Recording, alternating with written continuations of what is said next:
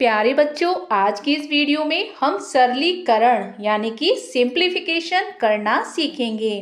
सरलीकरण करने के लिए सबसे पहले आपको बॉड मास रूल के बारे में पता होना चाहिए। इसी रूल की सहायता से हम इस सिंप्लीफिकेशन को सॉल्व करेंगे।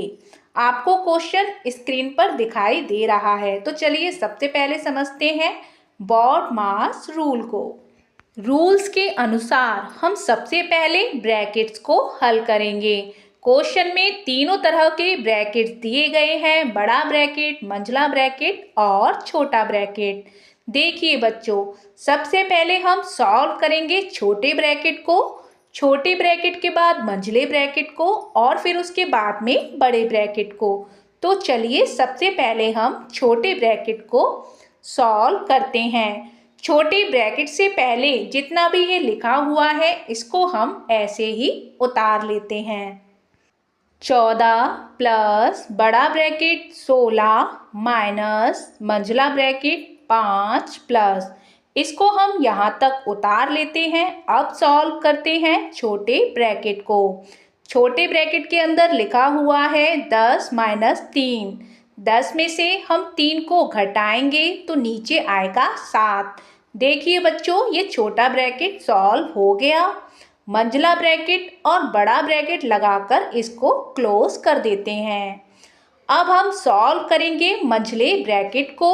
तो मंझले ब्रैकेट से पहले जितना ये लिखा हुआ है इसको हम ऐसे ही नीचे लिख लेते हैं।